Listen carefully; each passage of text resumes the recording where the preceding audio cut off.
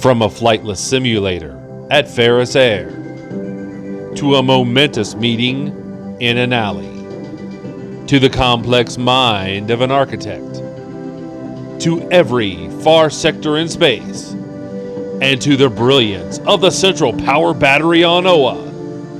This is the podcast that covers the adventures of all of your favorite ring slingers.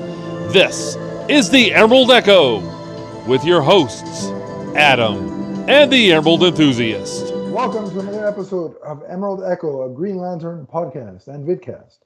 As always, I'm your host, Adam, and with me is my co-host, the Emerald Enthusiast himself, Donnie. Donnie, how's it going? Hey, what's up, ring slingers? It's the man whose ring runs on Fanboy Energy, the podcasting machine, the big nerd in green. And if you're a fan of this podcast, as the old saying goes, if you love it, you got to put a ring on it. And that's what we're here to do today. Talk about Green Lantern number 10. All right, Beyonce.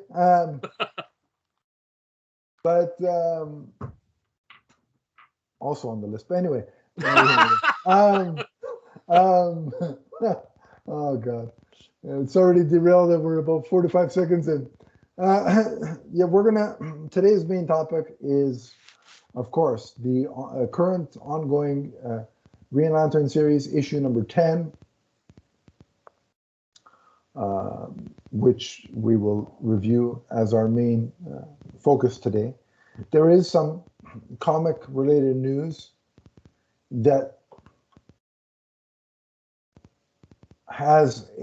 could have a effect on Green Lantern, so we'll talk about it. Okay. As you know, Justice League, the ongoing Justice League book, is currently being written by Brian Michael Bendis. We reviewed a couple early issues, but I wasn't really digging it, and I dropped it, so we haven't reviewed it since. It has since come to light that issue 74 will be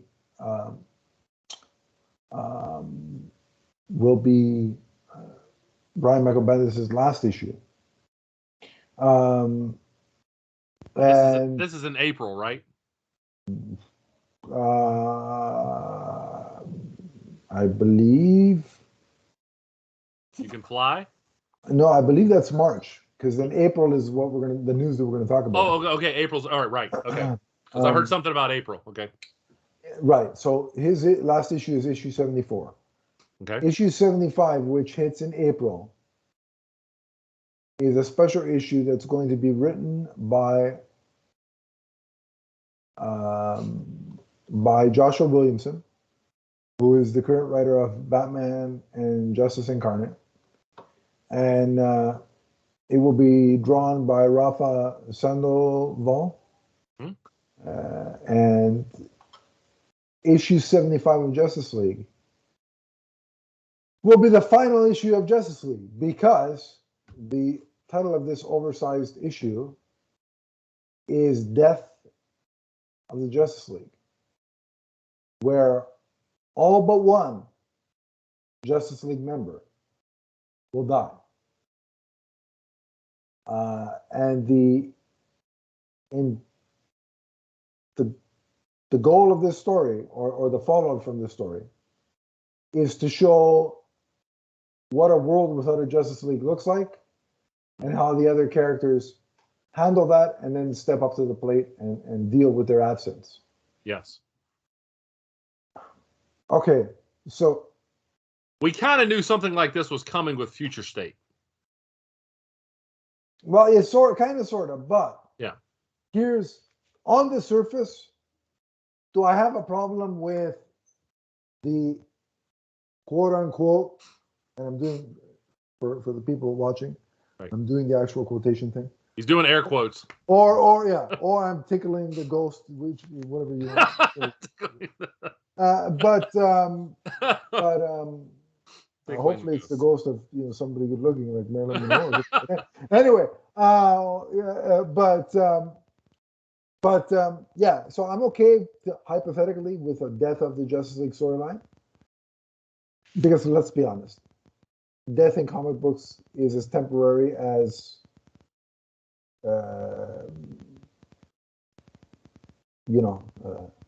Unpasteurized milk. there you go. Thank you.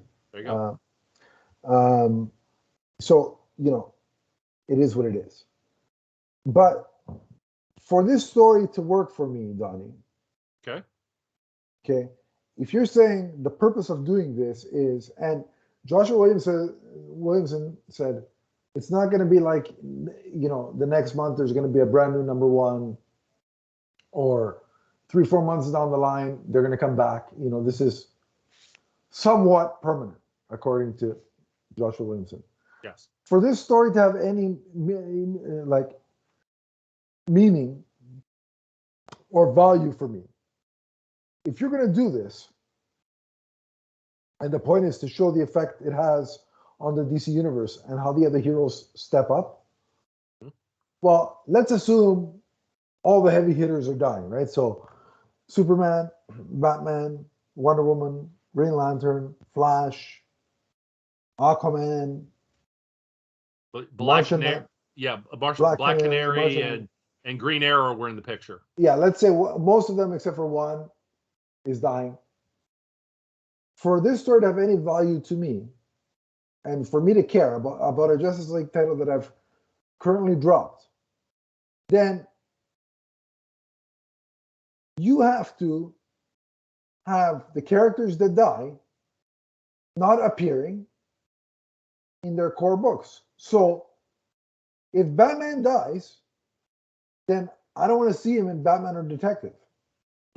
If Superman dies, then okay, we're seeing John in Superman, so that'll be status quo. Right. But I don't want to see, and I'm loving Philip Kennedy Johnson's run, but if you want me to believe that Superman is dead, then I shouldn't be seeing him in Action Comics. I shouldn't be seeing John Stewart in Green Lantern. I shouldn't be seeing Barry or Wally or whichever one they decide to kill in Flash. Right? So my point, if I can read Justice League 75 and watch them, or all but one of them die, but then in April and May and subsequent months, I can go to Detective Comics and Batman and see, hey, there's Bruce Wayne. Why do I give a crap about this death that happened in Justice League? Well, that's a good point. To me, if it doesn't affect the wider DC universe, and by that I mean the books that they're inhabiting, then I just don't care. That's a good point. So that I don't understand why, if you're going to do this, then the only way this works is one of two ways. If that is the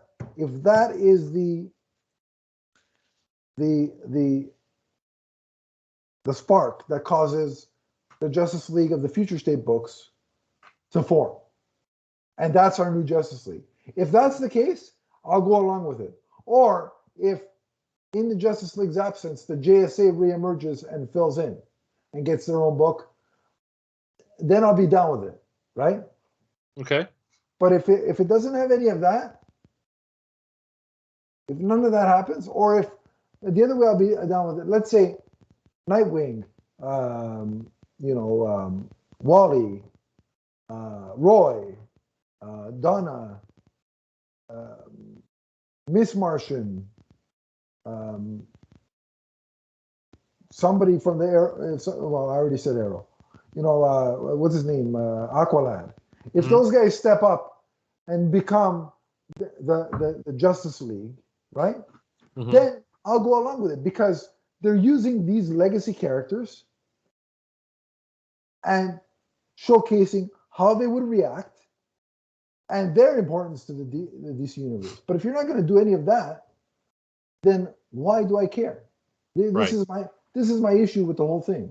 And I already know that in April they've just announced that Batman is returning to Detective Comics. Shocker! And it's going from a weekly schedule back to a monthly schedule. Thank God. But again, so if Batman is showing up again in Detective Comics in April, why am I supposed to invest in this Death of the Justice League story? But isn't that going to be Jace that's showing up, or is it actually going to be Bruce? It's Bruce Wayne. Bruce, okay. Well, as far as the deaths go, Yeah. I'll give you one guess who I'm rooting for to survive. John. Wow, you got it. I'm so shocked, Donnie. It's about as shocked as I get when I see a new hashtag campaign from the cult. And you know what cult I'm talking about. But Yes. Yeah. Yes. The cul-de-sac cult. But yeah, Right. it's about as shocking as seeing them hashtagging stuff. Yes. But yeah, look, considering that one of the covers showed a Green Lantern coffin, Yeah. I think you're crap out of luck there, Donnie. But it could be, and I took great pains in looking at who was there. It's not Jessica, and it's not Hal, and it's not Kyle, it's not Simon. Yeah, but again, at least with the Green Lantern book, if John is not there, insert any one of these characters in that book, and it works. It makes sense to still have a Green Lantern book. Yeah, it doesn't make sense for Kal-El to be in Action Comics on War World when Justice League is telling me he's dead. Mm-hmm. Like this is the issue I have with this. I see what you're saying. Yeah.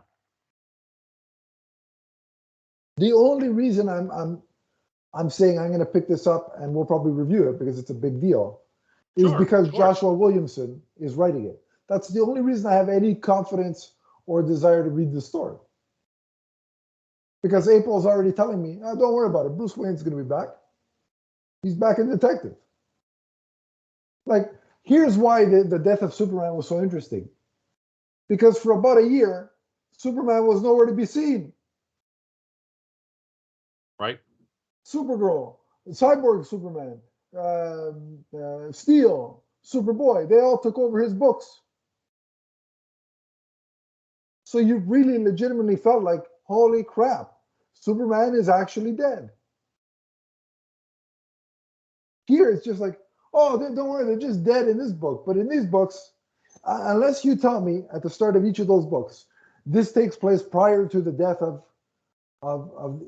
insert character name here in Justice League, then okay, I get it. But still, if you want me to feel the effects of these deaths, and I can still read their own adventures, I don't feel any effect of that.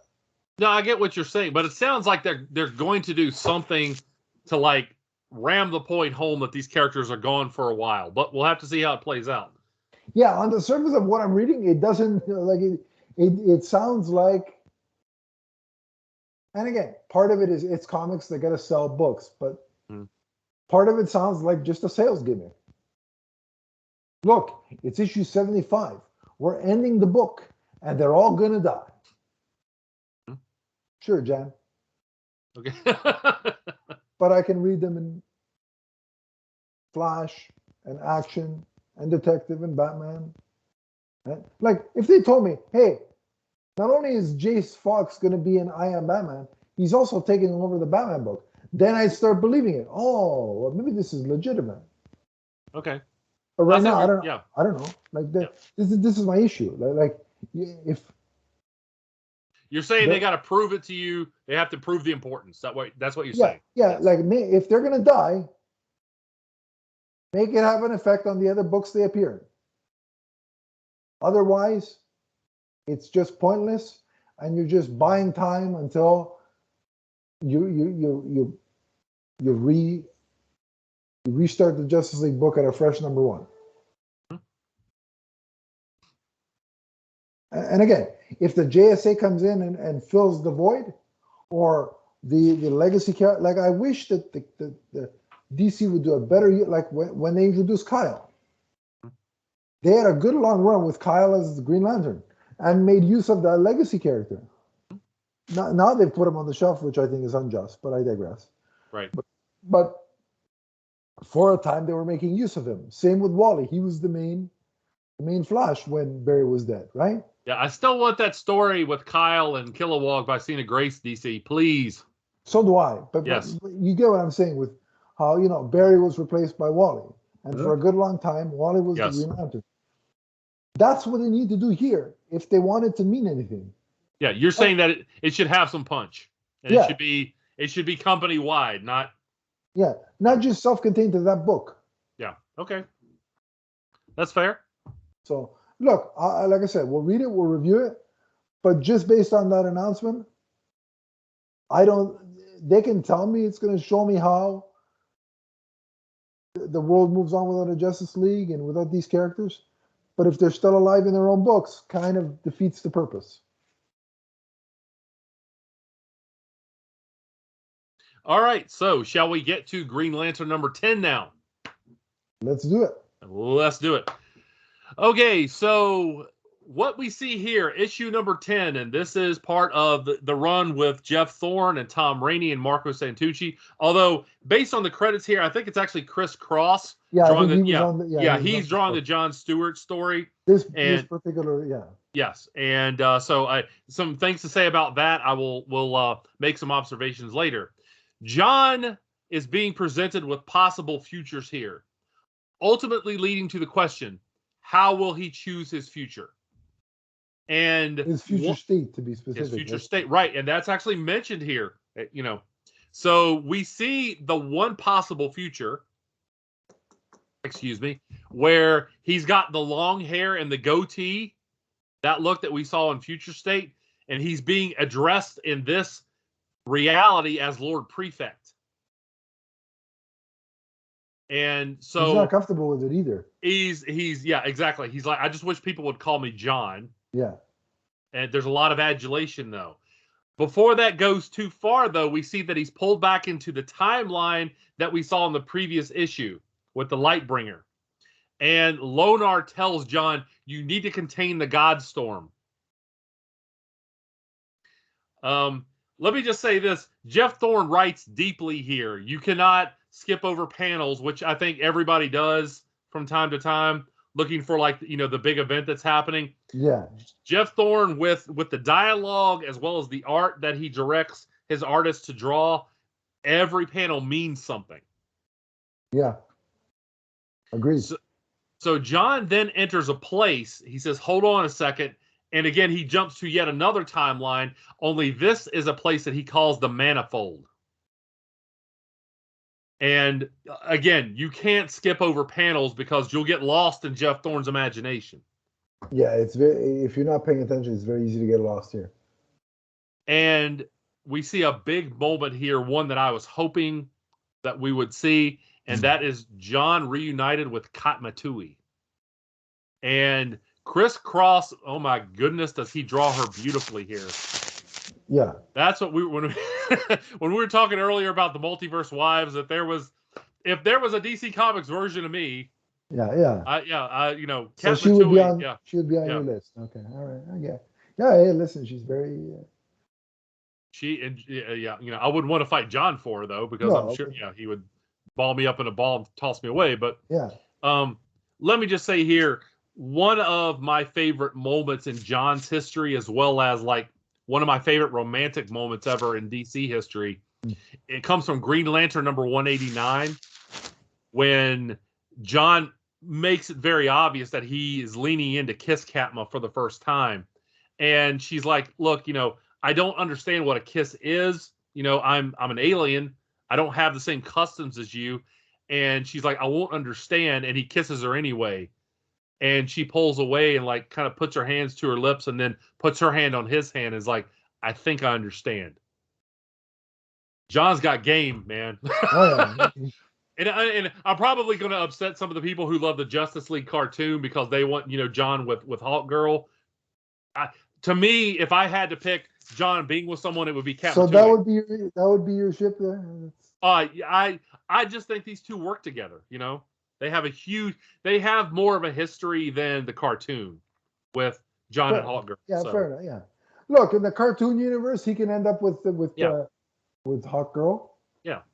Nothing against Shiera, but I really like this from Green Lantern's past. So. Yeah, no, it's that's a real, like, the way you described it. It's a real, you know, from the first kiss to the last moment.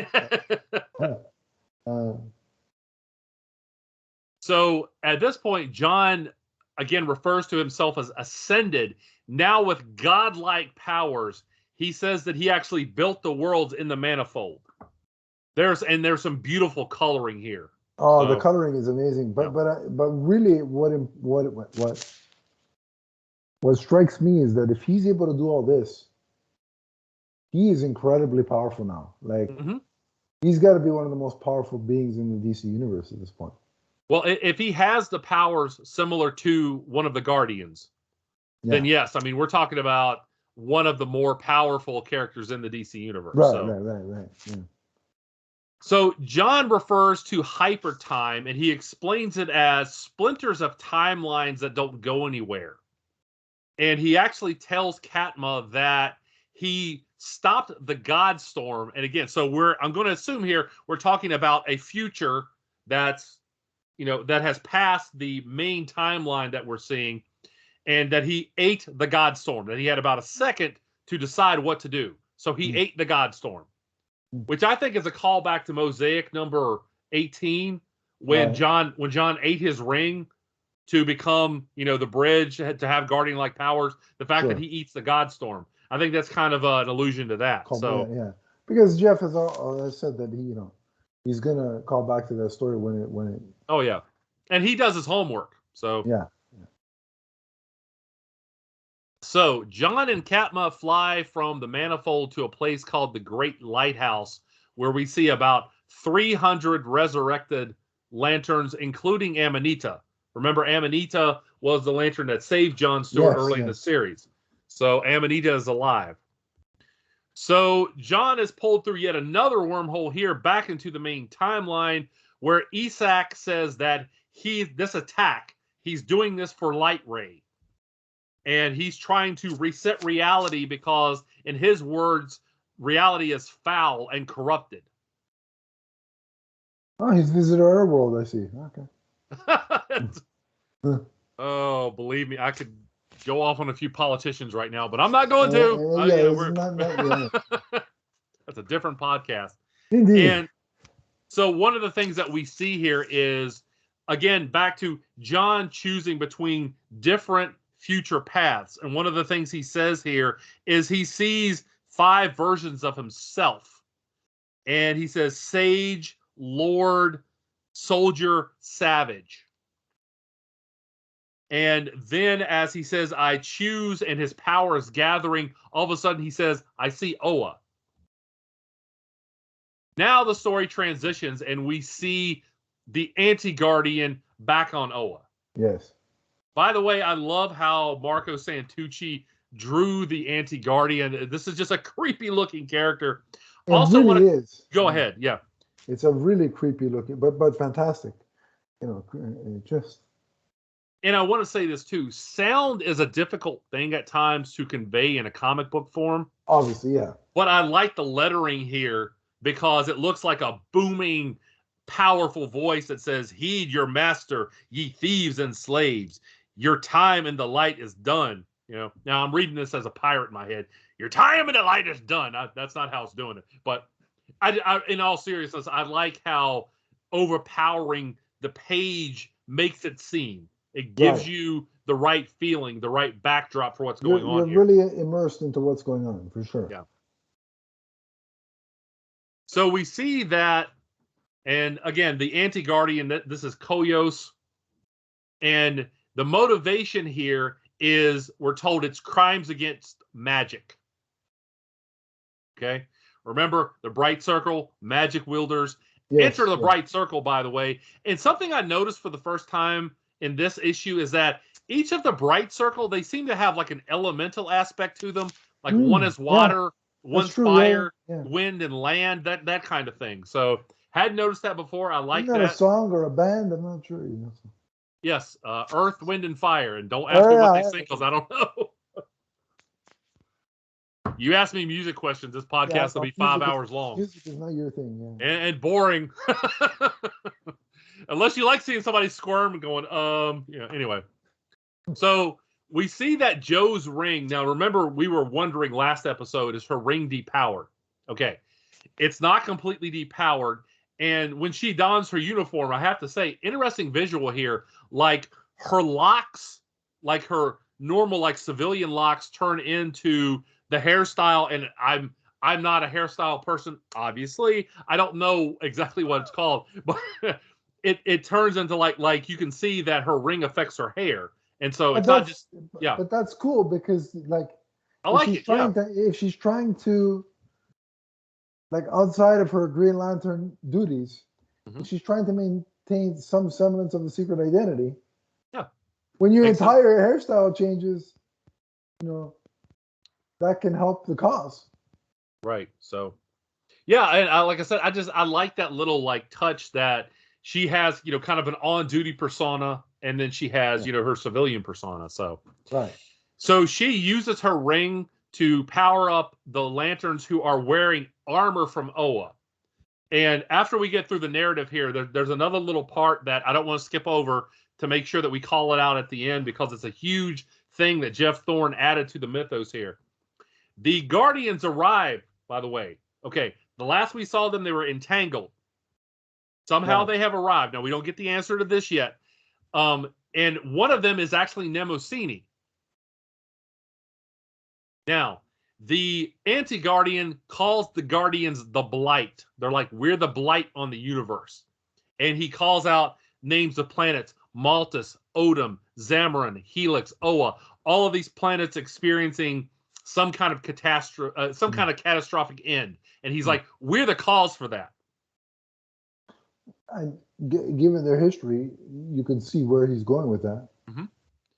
And I like that there's a beautiful scene too. He just explodes with power. Remember, he actually has the central power battery, like the reconstructed battery, on his chest. And he explodes with power as the lanterns are attacking him and the Guardians, and they're no match for him. He's far too powerful. So as the issue is about to come to an end, we see a voice say, by the way, Lantern Mullane, you missed a check-in. And it's revealed that, guess what? It's the Justice League, including Hal Jordan. I'm shocked. All you people out there at the beginning of the series. According to the internet, Geoff Thorne hates Hal Jordan and was going to kill him off. How is this possible? I saw rumors, numerous places that are like, oh yeah, Hal Jordan's been killed by Red Lanterns. No, that's not the case. By the way, Marco Santucci draws a great Hal Jordan. He draws a great Justice League. Yeah. So whenever they bring him back to life, the Justice League, if you, because let's be honest, they're going to be back to life eventually. If you want to put Marco Santucci on that book too, I'd be down with it. So the big thing that I was talking about, so that's how the issue ends. The Justice League arrives. They're going to join the fight. Big cliffhanger. I like that. Yeah. We'll get to see, next issue, because again, the Anti-Guardian is overpowering everyone on Oa at this point. Go ahead, sir. Not gonna lie, Donnie. When there was that off-panel voice, I was secretly hoping it was Kyle. Oh. That's I have two questions, and I'll get to that after. Okay, let's cover the big revelation here. Yeah, the big revelation first, and then we'll talk about like questions. Okay, so the big revelation, and I really like how Geoff handled this here. Sure. Joe's ring. We learned that Joe's ring that was given to her in Far Sector was forged by Mnemosyne, separate from the central power battery, to make her a wild card against this plot by Koyos and the Bright Circle. Right. Because evidently she knew that something was up here. She didn't trust Koyos. She knew that a power source needed to exist. A power source needed to exist outside of the central power battery. Joe's ring works independently of that. So I like how that Far Sector's now been, the importance of that story has now been integrated into the main DC continuity. Right. Yeah. And I would assume that there was some conversation between Geoff and the writer of Far Sector.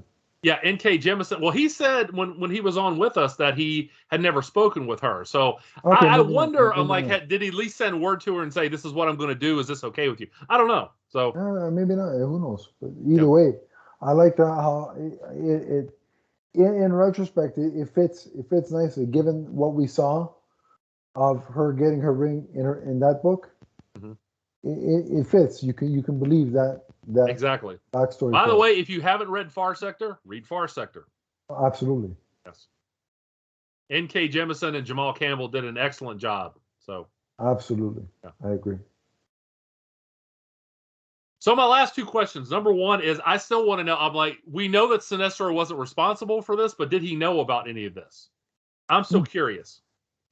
Given Sinestro's kind of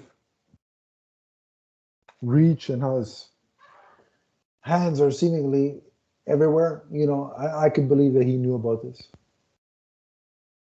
It's plausible. Yeah, he may not. Again, he may not have been actively involved in this. It doesn't seem like he was at this point. But did he know? Did he have some kind of foreknowledge? I could see it. Yeah. So maybe I'll ask Jeff about that at some point. I try not to badger the guy. Good strategy. Yeah. And of course, my other question is, where's Kyle? That's been your question since the last 1994. time he showed up. No, it's the last time he showed up in, what was it, Titans? Yeah. Wasn't that his last appearance? Well, he was in this. Yeah, he appeared in this briefly, but in terms of a speaking role and a real. Oh, big role. Well, yeah, he was in this for a few panels. So right. Yeah, but you're right. It was the last run of Titans. You've been asking that since Titans, realistically. Yeah, exactly. Where's Kyle, right? So who knows? Hopefully, we'll see him again soon. Yeah. And it doesn't have to be Geoff Thorne who's doing it. It just, Well, Jeff did hint that he had some kind of plan for Kyle beyond That's true. This arc. That's true. Yeah. No, but a really strong issue. I love this issue. Was just so jam packed with stuff, and there's so much. Oh man, so much going on here. And yeah. Don't start with this issue though. If you haven't read this run, don't pick this up just because you like John Stewart. You better read the other 9 because you're not going to understand anything that's going on. In fact, you better read the Future State stuff as well. So yeah, better get a comprehensive kind of background on all this. But so here's the covers, by the way. Really like this. Yeah, this is the main cover. This is more indicative of what's going on in there. I like this because it has just, the art is beautiful. The Sinestro core is not in it, but still like it. So yeah, for sure. But no, it's impressive. Like I said, the immense power that John has, and the fact that his importance is being brought to the forefront and increasing. I think that's a great thing. Speaking of, if you'll notice the middle here, the Green Lantern symbol, it looks like it is repowering, like it's powering up again. I don't know if I can. Yeah, actually, you know what? I got to be honest with you. I didn't notice that on the first go around. Do you think I spend a lot of time looking at Green Lantern stuff? Just a bit. Tiny bit. You spend all your time thinking about the little details of every Green Lantern issue, and I, like Santa Claus, formulate a list every day. But it's not about who deserves a toy or not a toy. I got other things on my mind. But anyway, that's not there. No wonder you like Kyle. I'm telling you, man, me and him, we'd be buddies. I'd be like, you need somebody over there. Yeah. Well, he's perfect. He's got coffee. Red Dude's right there. They could cast me as Kyle Rayner. Great drawing skills. Yeah. Cast me as Kyle Rayner and have me play opposite Connor Leslie as Wonder Girl, Donna Troy. Yeah, I'd like that. Has nothing to do with John Stewart, but whatever. I like that. Well, remember, John was his mentor. I mean, think about that. You get wisdom from John Stewart. You get to date Jade and Donna Troy. Oh, really? I mean, you get drawing skills and you get New York coffee. That sounds like a good time. Winner. The guy, he can't help but be a winner. But no, I love the importance that John is, like, the power level and importance that that's being showcased here. I just love the sci-fi insanity that's going on in this book right now.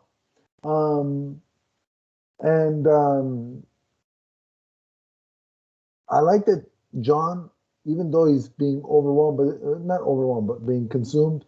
By the way, I love this design. Yeah, that's cool. I want that in figure form so bad. Because Oh. you have so much room over there for more figures, Donnie. But no, like, even though he's being really engulfed in all this power, I love that the choice is ultimately still up to him which path he's going to take, at least from what they're making it seem. So it's going to be interesting to see how this all plays out. And I hope we get some sort of an announcement of what's happening beyond this particular story. Yeah, I hope soon. Yeah. Um, I am definitely up for seeing what Jeff has to offer beyond this initial story. So yeah, so let's hope that we get that info soon. But for me, I'm going to give.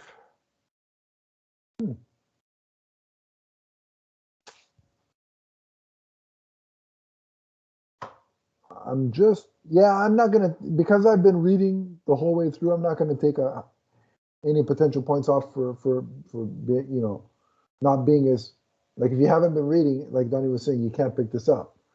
But that's yeah, not you're Jeff's not going to fault. understand. Yeah. That's not Jeff's fault. That's your fault for not reading. So I'm going to give it a 5 for the story and a 5 for the art. Perfect 10 for me. I'm loving this run. Likewise, I loved John Stewart, that one outfit that I just showed you from John's part of the story. I love the Anti-Guardian. Look at you today. You're a fashion designer, a hairstylist. You're all over the place. I can tell you how to remove hair quite well. I got one haircut down to a science. Yeah. But yeah, and like I said, I like the Anti-Guardian. I liked all the visuals, the coloring in this, the way the manifold looked, and the writing. Like I said, it's bringing so many threads together. I just love it. So yeah, I can't wait till the next issue. Fantastic issue, and we can speculate and discuss what might happen on social media if our viewers and listeners so choose. So, Donnie, where can they find you?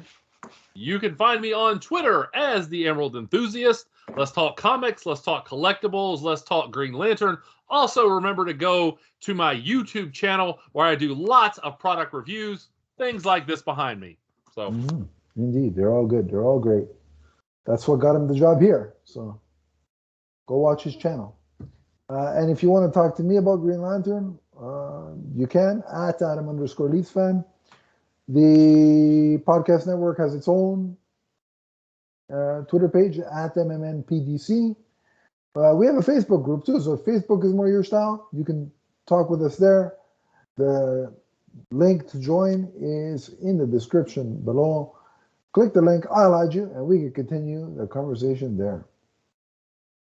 But until next time, remember that John Stewart and Green Lantern are forever, from the first future state he has to decide to choose from to the last. there you go. Brought it So home. long, everybody. So long, everyone.